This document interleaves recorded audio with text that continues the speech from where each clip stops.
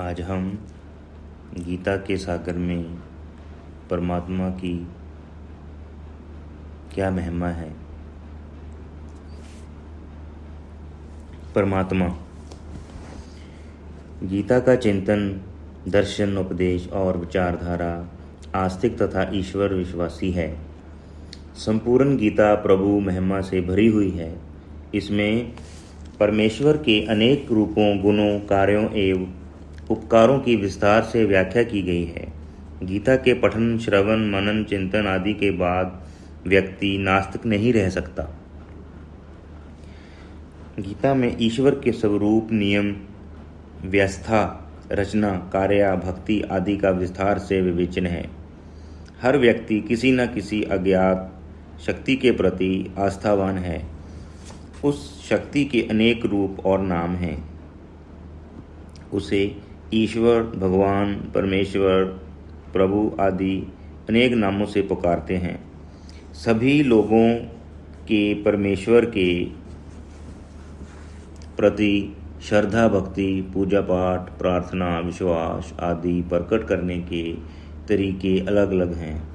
सभी अज्ञात सत्ता को सर्वव्यापक, सर्वशक्तिमान और सबसे ऊंची शक्ति मानते हैं। उसी शक्ति का ना आदि है और ना अंत है। उसी अदृश्य शक्ति से जड़ चेतन में सर्वत्र गति, संचालन व परिवर्तन हो रहा है। वह परमेश्वर अनेक रूपों से सृष्टि की उत्पत्ति, पालन, व्यवस्था तथा संहार करता है। उसकी महिमा का कोई अंत नहीं है। संपूर्ण जड़ वेतन सृष्टि प्रभु का गुणगान कर रही है। जल, थल और नभ में सर्वत्र उसकी रचना, नियम व व्यवस्था दिखाई देती है। जहाँ जाइए वहीं उसको पाइए। अनेक ऋषि, मुनि, जोगी, संत, ज्ञानी आदि नेति नेति कहते मौन हो गए। कोई भी प्रभु की महिमा का अंत नहीं पा सका।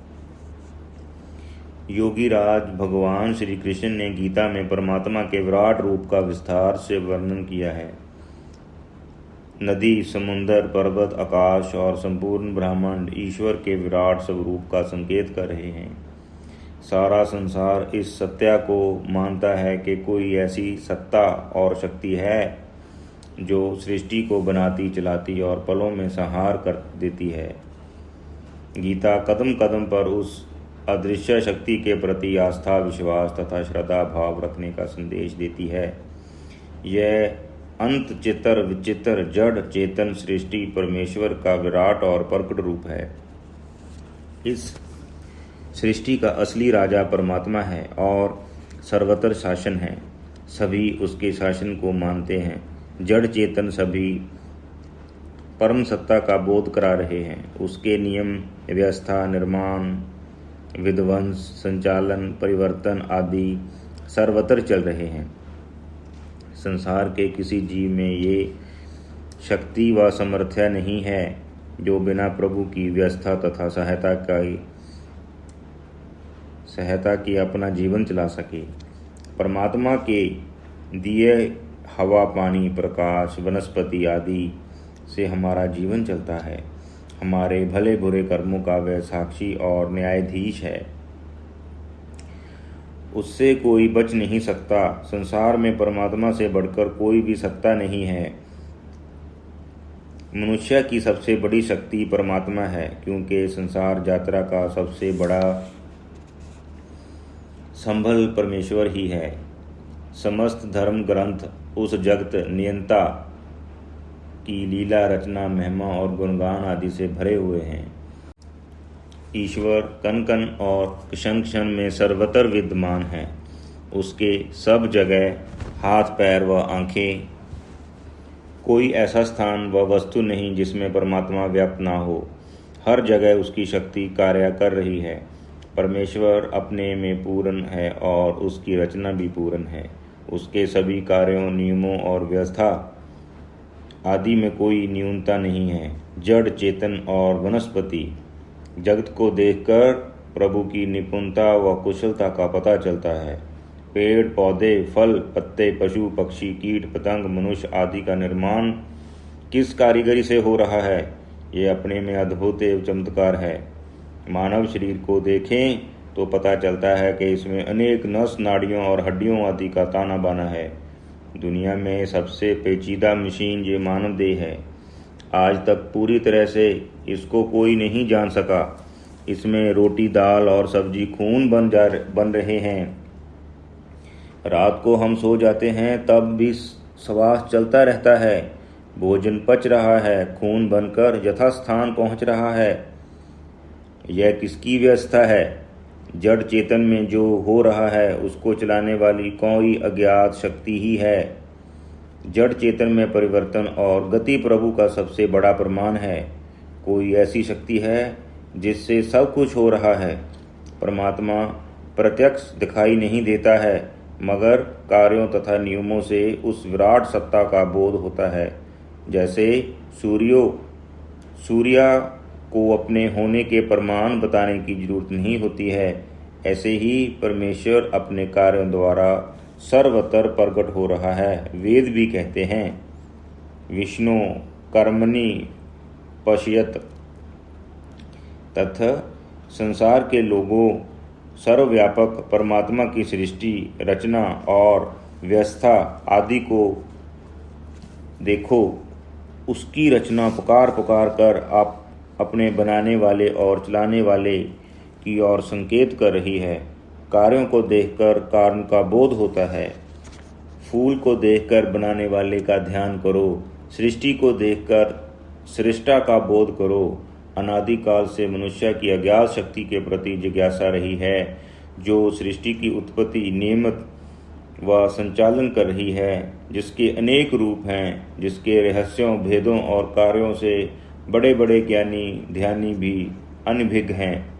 प्रत्येक मनुष्य के जीवन में ऐसे प्रतिकूल अवसर, घटनाएं, हालात, परिवर्तन आदि आते हैं जब वह मजबूर होकर अज्ञात शक्ति के आगे सिर झुकाने के लिए लाचार हो जाता है। कहने लगता है, परमात्मा की बातें परमात्मा ही जाने। गीता में भगवान श्री कृष्ण ने अर्जुन को परमात्मा के अस्तित्व, स्वरूप, नियमों, कार्यों आदि का व्यवहारिक व प्रमाणिक स्वरूप समझाया है, जिससे अर्जुन के हृदय में प्रभु सत्ता के प्रति आस्था तथा विश्वास दृढ़ हो गया है। ईश्वर विश्वास मनुष्य का सबसे बड़ा बल माना गया है। ईश्वर विश्वास मनुष्य का सबसे बड़ा बल माना गया है। जो दिखाई देता है वह नष्ट धर्म है। जो चीज़ बनी है वह निश्चय ही एक दिन नष्ट हो जाएगी। यह अटल सत्य है। परमात्मा दिखाई नहीं देता, इसलिए नष्ट भी नहीं होता।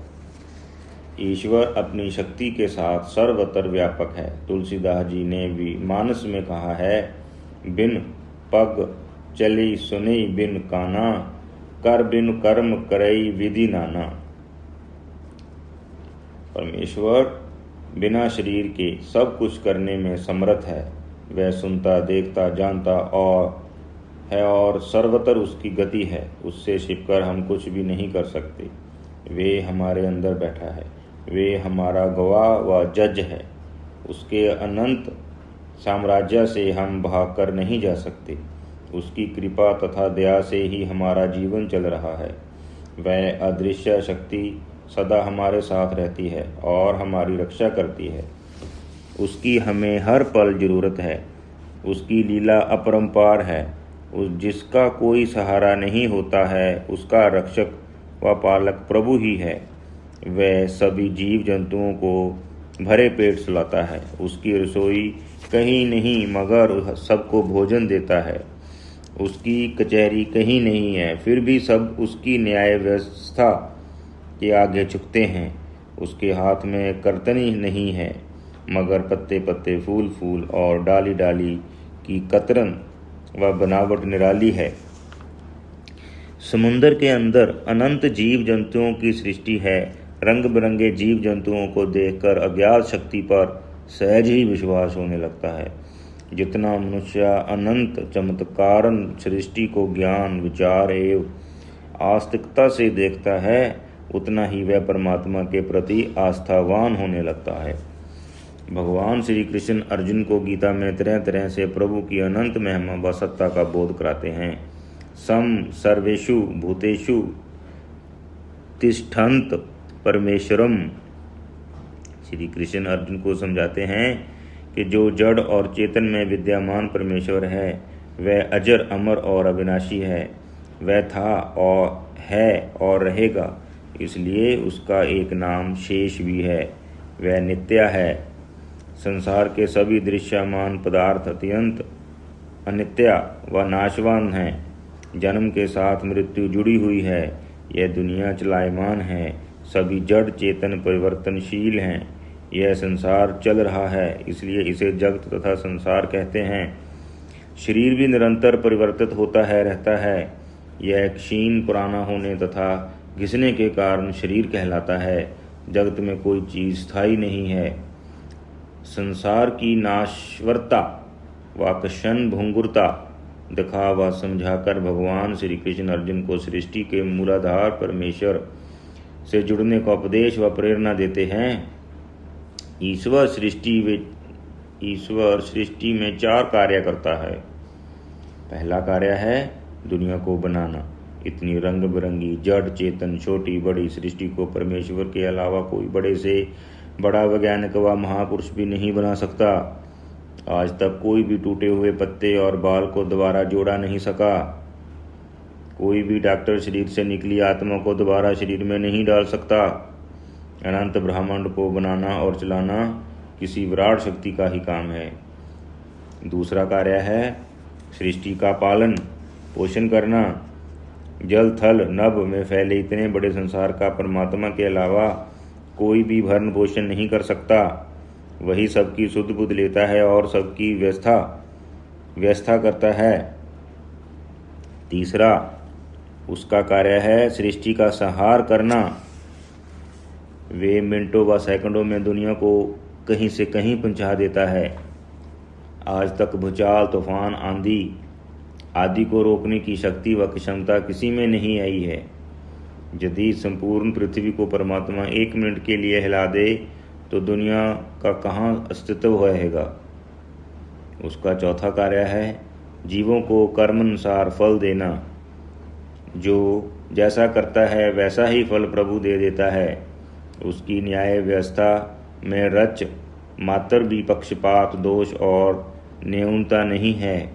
उसकी न्याय व्यवस्था में कोई दलील वकील तथा अपील कार्य नहीं करते। इसका प्रत्यक्ष प्रमाण संसार है।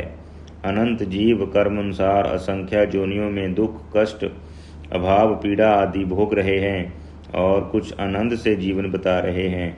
किसी न्याय व्यवस्था के अधीन ही जीव निकृष्ट अथवा उत्कृष्ट जोनियों में जाते हैं। अपनी इच्छा से कोई कीट पतंगों की जोनियों में नहीं जाना चाहेगा। इन 4 कार्यों के अलावा परमात्मा और कोई कार्य नहीं करता है। इनमें ही सब कार्य आ जाते हैं। वह निर्लेप निरंजन और दृष्टा है। अर्जुन मोह और अज्ञान के कारण परमात्मा के अस्तित्व को भूल रहे थे।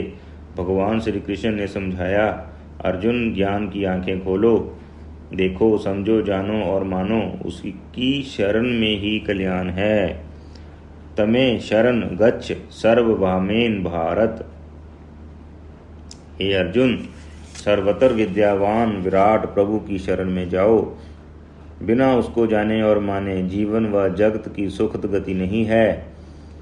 बड़े बड़े बलवान धनवान गुणवान ज्ञानी तपस्वी त्यागी सभी परमेश्वर के नियमों और व्यवस्था के आगे नतमस्तक होते हैं। किसी में हिम्मत नहीं है कि जो प्रभु के नियम और व्यवस्था को तोड़ सके। जो तोड़ता है वह समय टूट जाता है। ज्ञानी व्यक्ति के लिए परमात्मा पास है और अज्ञानी के लिए दूर है। प्रभु की अनुभूति के बिना जीवन नीरस है और अपूर्ण है। आत्मा की सच्ची तृप्ति व प्राप्ति तो प्रभु सान्निध्य में ही है। प्रभु की छाया में ही आत्मा को अमृतत्व प्राप्ति होगी। उसके बिना जीव दुख क्लेश अशांति आदि पाता है। संसार के किसी पदार्थ में वह क्षमता शक्ति तथा पूर्णता नहीं है जो आत्मा को पूर्ण आनंद संतुष्टि एवं शांति दे सके। प्रभु शरण ही संसारिक दुखों विषय वासनाओं ईर्ष्याओं द्वेष पाप और अधर्म आदि से बचाती है। आवागमन के चक्र से छूटने के लिए और आत्मा के सच्चे आनंद की प्राप्ति के लिए देर सवेर सभी को प्रभु की शरण में आना ही होगा। बिना प्रभु प्राप्ति के मनुष्य जन्म मरण जरा व्याधि से छूट नहीं सकता। छूटने का एक ही रास्ता है और वह है प्रभु शरण। आत्म सुख तो ईश्वर के सानिध्य में ही प्राप्त होगा।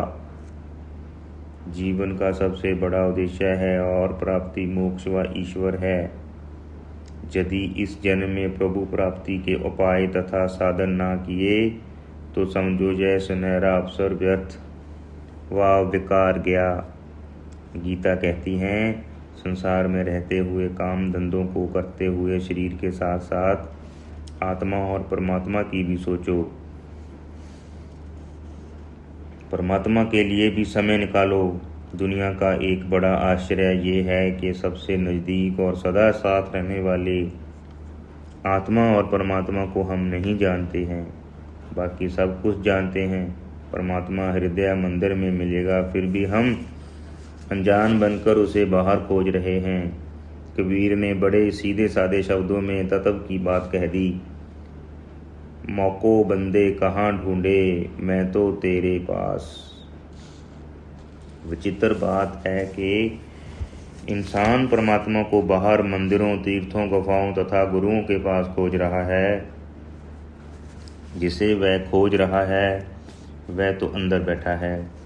जब तक अंदर के पट नहीं खुलेंगे और अंतकरण शुद्धि पवित्र व निर्मल नहीं होगा, तब तक प्रभु मिलन संभव नहीं है। गीता आत्मा की सात्विक व उन्नत अवस्था में प्रभु अनुभूति का चिंतन देती है। ज्यों ज्यों आत्मा निर्मल तथा ज्ञान, विवेक और वैराग्य से पूर्ण होती जाती है, त्यों त्यों वह अपने को परमात्मा के नज़दीक अनुभव करती है। स्थान व समय की दृष्टि से आत्मा और परमात्मा में कोई दूरी नहीं है। दोनों ही साथ साथ हृदय में रहते हैं। केवल अज्ञान के कारण दूरी है। अज्ञान अनेक दुखों, समस्याओं, मुसीबतों, रोगों, चिंताओं आदि का कारण है। गीता अज्ञान तथा मोह से छूटने का उपदेश देती है। अज्ञान के हटते ही आत्मा परमात्मा की अनुभूति करने लगती है। आज संसार में ईश्वर के बारे में अनेक भ्रांतियाँ फैली हुई हैं। बुद्धिवादी नास्तिकता तेजी से फैल रही है। जो सब जगह विद्यमान असली परमात्मा है वह छूट रहा है। नकली देवियों, देवताओं, गुरुओं, महंतों, बनावटी भगवानों आदि की मान्यता और पूजा बढ़ रही है। व्यक्ति पूजा, अंधविश्वास, अंधश्रद्धा और अज्ञान के कारण तेजी से ढोंग, पखंड, गुरुडम आदि फैल रहे हैं। इसमें पढ़ा लिखा समझदार बुद्धिजीवी वर्ग भी फंसता जा रहा है। गीता की स्पष्ट मान्यता है कि यदि प्रभु को राजी करना है तो प्रभु के बताए मार्ग पर चलो, उसके बनाए जीवों से प्यार करो और उसकी आज्ञा का पालन करो। यही उसकी सच्ची भक्ति है। श्रेष्ठ व उपकार पूर्ण कर्म ही इसकी सच्ची पूजा है। परमेश्वर को हमारे माल और माला की जरूरत नहीं है। वे तो हमारे एमाल कर्मों से ही राजी होता है। वे चरण वंदना से नहीं, कर्म वंदना से ही प्रसन्न होगा। यदि ईश्वर को प्रसन्न करना है तो उसके बनाए जीवों से प्यार करो। जगत में जितने भी जीव हैं वे सभी परमेश्वर की चेतन मूर्तियां हैं। जो समस्त जीवों के साथ आत्मत व्यवहार करता है उसी से प्रभु राजी होते हैं, उसी पर सच्ची कृपा करते हैं। लोग प्रभु को वाणी और धन से राजी करना चाहते हैं। यह भूल व अज्ञानता है। गीता कहती है, जो व्यक्ति अपने अंदर सदा प्रभु का अनुभव करता है, सभी जीवों में उसी का निवास मानता है और उनके साथ अपने जैसा व्यवहार करता है, वही सच्चे अर्थ में प्रभु का ज्ञानी भक्त व उसका ज्ञाता है। गीता स्पष्ट संदेश देती है, ईश्वर सर्वभूताना हृदय देश अर्जुन तिष्ठित भ्रमयन् सर्वभूतानि यंत्रारूढ़ानि माया। हे अर्जुन, ईश्वर सब प्राणियों के हृदय में स्थित है। वे सभी में अंदर बाहर ओत प्रोत है। वह अपनी माया से सब प्राणियों को ऐसा घुमा रहा है मानो वे किसी गाड़ी में घूम रहे हों। आत्मा परमात्मा को बाहर देखना है तो उसकी रचना, नियम, व्यवस्था, कार्यों तथा जड़ चेतन जगत को देखो, उसका एहसास होने लगेगा। अंदर देखना है तो अपने हृदय में देखो। परमात्मा की अनुभूति हृदय मंदिर में ही होगी। इसी में आत्मा व परमात्मा दोनों रहते हैं। हृदय जितना स्वच्छ, निर्मल, सात्विक तथा धार्मिक होता जाएगा उतनी आत्मा को परमात्मा की अनुमति होती जाएगी, अनुभूति हो जाएगी। भगवान श्री कृष्ण गीता में कहते हैं, मनुष्य के हृदय में अज्ञानता व अपवित्रता भरी हुई है। काम, क्रोध, लोभ, मोह, ईश्वर्य, द्वेष ने डेरा डाला हुआ है। मन में भोग, विलास, काम एवं वासना भरी हुई है। मांस, मदिरा एवं धूम्रपान ने हृदय गंदला कर दिया है। ऐसे में प्रभु दर्शन कैसे होंगे? तुलसीदास ने स्पष्ट कहा है, निर्मल मन सोए जन मोह पावा। शुद्ध, पवित्र और निर्मल हृदय में ही परमात्मा दर्शन संभव है। जब हृदय में सत्गुण की प्रधानता होती है, मन, बुद्धि, आत्मा जागृत, शांति व ज्ञानवान होते हैं, तभी आत्मा अपने स्वरूप में अवस्थित होता है। तभी हृदय मंदिर में प्रभु दर्शन की अनुभूति होती है। प्रभु अनुभव का विषय है। भौतिक आंखें संसार को देखती हैं, ज्ञान का नेत्र ही अपने और परमात्मा को देखते हैं। दुनिया में बहुत सी चीज़ें ऐसी हैं जो अस्तित्व रखती हैं मगर दिखाई नहीं देती हैं, जैसे हवा, सर्दी, गर्मी, भूख, प्यास, बिजली आदि। इनको कोई नकार नहीं सकता। परमात्मा की सत्ता, अस्तित्व एवं आनंद का सबसे बड़ा प्रमाण स्वानुभूति है। ऐसे ही परमेश्वर अनुभव का विषय है। वह सदा हमारे हृदय मंदिर में रहता है। वे बाहर नहीं, अंदर मिलेगा। वे हर व्यक्ति को हर समय और सब स्थानों पर उपलब्ध है। भजन के प्रेरक संबंध शब्द कह रहे हैं, तेरे पूजन को भगवान बना मन मंदिर आलीशान। जब तक हृदय शुद्ध, सात्विक व धार्मिक भावों से पूर्ण न होगा तब तक जीवन में परिवर्तन नहीं आएगा। आज संसार में इतने भक्ति, पूजा, सत्संग, कीर्तन, पाठ, तीर्थ यात्राएं, कथा, प्रवचन आदि हो रहे हैं और लोग उनमें लाखों की संख्या में भाग लेते हैं, मगर सच्चाई तथा ईमानदारी से देखा जाए तो सुधार, परिवर्तन और आत्मथान कम ही नजर आता है, क्योंकि मूल में भूल हो रही है। लोग पाप, अधर्म, झूठ, प्रेम, बेईमानी और गंदे कर्म करते हुए तथा तमोगुणी खान पान रखते हुए भक्ति, आत्म सुधार तथा प्रभु दर्शन करना चाहते हैं। यह भूल एवं गलत रास्ता है। इसी कारण भक्ति फलवती नहीं हो पा रही। भक्ति का फल शांति, संतोष, ज्ञान, वैराग्य, प्रसन्नता एवं प्रभु के आनंद की प्राप्ति है। भक्ति का फल आज दुर्लभ दिखाई देता है। भगवान श्री कृष्ण अर्जुन को प्रभु प्राप्ति का तत्व समझाते हैं। अर्जुन, प्रभु प्राप्ति के लिए पहले पात्र बनो, सफाई और सच्चाई को पकड़ो। तन, मन, धन, विचार, इंद्रियां, बुद्धि और आत्मा की सफाई करने से जीवन पवित्र बनता है। सच्चाई के रास्ते पर चलो, इससे दुर्गुण, दोष, पाप, अधर्म छूटते हैं और मन पवित्र होता है। अपने खान पान को सुधारो, अपने आचार विचार, सोच व व्यवहार को बदलो। जो गंदी आदतें और बुराइयां ऊपर से लगा ली हैं, संकल्प व व्रत से उन पर कठोर अंकुश लगाओ। इसके लिए गीता यम, नियम, स्वाध्याय, सत्संग, साधना, आत्मचिंतन आदि उपाय बताती है। जागरूकता और आत्मज्ञान के बिना जीवन में परिवर्तन संभव नहीं है। गीता प्रेरणा देती है, अपने सुधार और कल्याण की जिम्मेदारी स्वयं लो। अपना उद्धार स्वयं करना होगा। स्वयं अपने को ऊपर उठाना है। अपने को निराश नहीं करना, प्रत्यंत उत्साह से आगे बढ़ना है।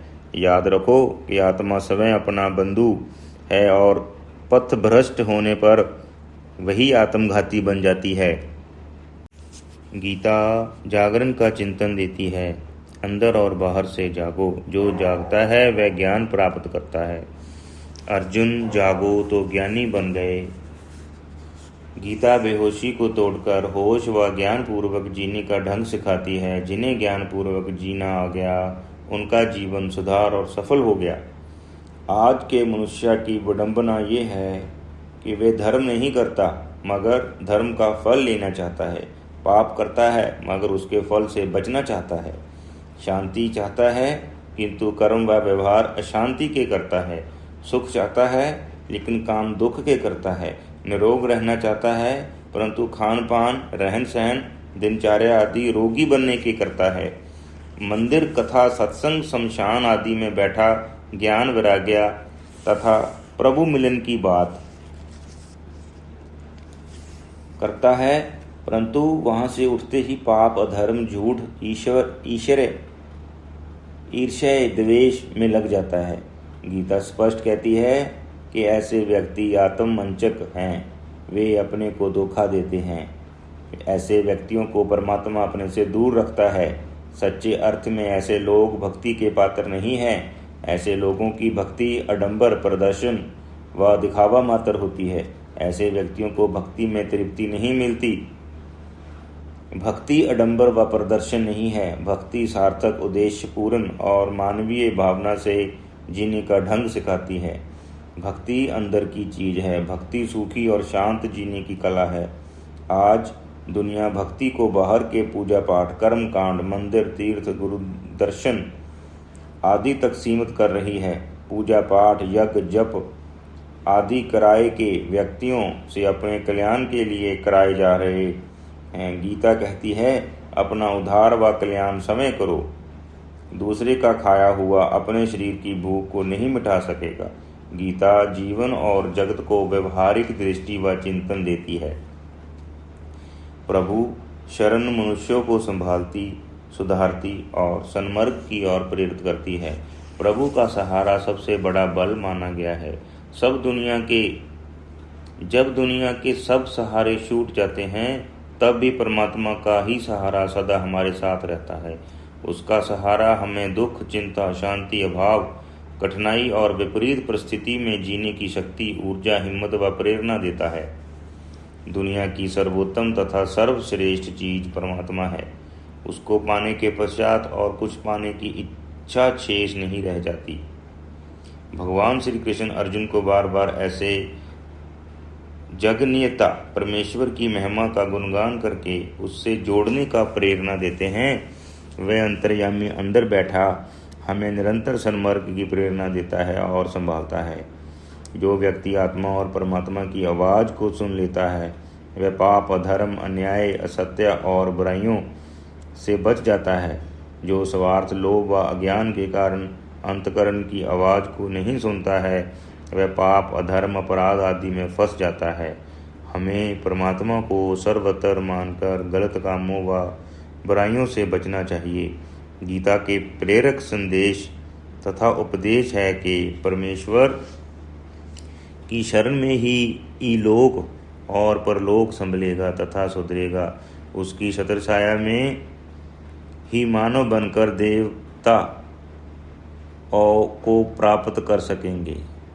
परमात्म विश्वास से जीवन में आध्यात्मिकता तथा धार्मिकता की प्रवृत्ति जागृत होगी। ईश्वर के गूढ़ चिंतन तक आम आदमी की सोच समझ तथा पहुंच बड़ी कठिन होती है। अधिकांश लोगों की इस अरुचि प्रवृत्ति व इच्छा भी नहीं होती है। उन्हें परमात्मा से ना भय और ना प्यार है। इसी कारण ऐसे लोग परमात्मा को जीवन से घरों से तथा मंदिरों से निकाल रहे हैं। कुछ बुद्धिवादी नास्तिक ईश्वर के अस्तित्व स्वरूप और जरूरत आदि पर प्रश्न चिन्ह लगाने लगे हैं। परंतु ध्यान रखिए कि परमात्मा को हमारी जरूरत नहीं है। हमें पल पल एवं कदम कदम पर उसकी सहायता की जरूरत रहती है। यदि वह एक मिनट के लिए हमारी बुद्धि बदल दे तो हम कहाँ होंगे। यदि एक श्वास अंदर जाकर बाहर ना आए तो क्या होगा। संपूर्ण ब्रह्मांड में व्यापक विराट चेतना की ओर आकर्षित करना व उसके प्रति श्रद्धा विश्वास एवं आस्था रखना भी गीता का एक उद्देश्य रहा है। ईश्वर विश्वासी व्यक्ति सदा धर्म व न्याय के मार्ग से विचलित नहीं होता है। परमात्मा का आधार मिलने पर ही अर्जुन सत्य न्याय धर्म के मार्ग में अडिंग रहे और अनंत उन्हें विजय मिली। ईश्वर के बारे में गीता का यही उपदेश संदेश और आदेश है कि परमात्मा शक्ति रूप में सर्वत्र व्यापक और विद्यमान है। वह गुरुओं का भी गुरु है, वह हमारा सब कुछ है। उसकी कृपा तथा दया से ही जीवन यात्रा चल रही है। उसी के दिए हुए जल वायु प्रकाश वनस्पति आदि से ही हम जीवित हैं। उसको जानो मानो और उसके बताए रास्ते पर चलो, तभी जीवन व जगत सुखी शांत प्रसन्न व संतुष्ट रह सकता है। उससे डरो, उसकी मार में आवाज नहीं होती है। सदा उसे अपने साथ रखो, कभी मत सोचो हम अकेले हैं। दुनिया का मालिक सदा पास और साथ रहता है। सब साथ छोड़ जाते हैं मगर परमेश्वर कभी हमारा साथ नहीं छोड़ता। जय श्री कृष्ण, जय श्री कृष्ण।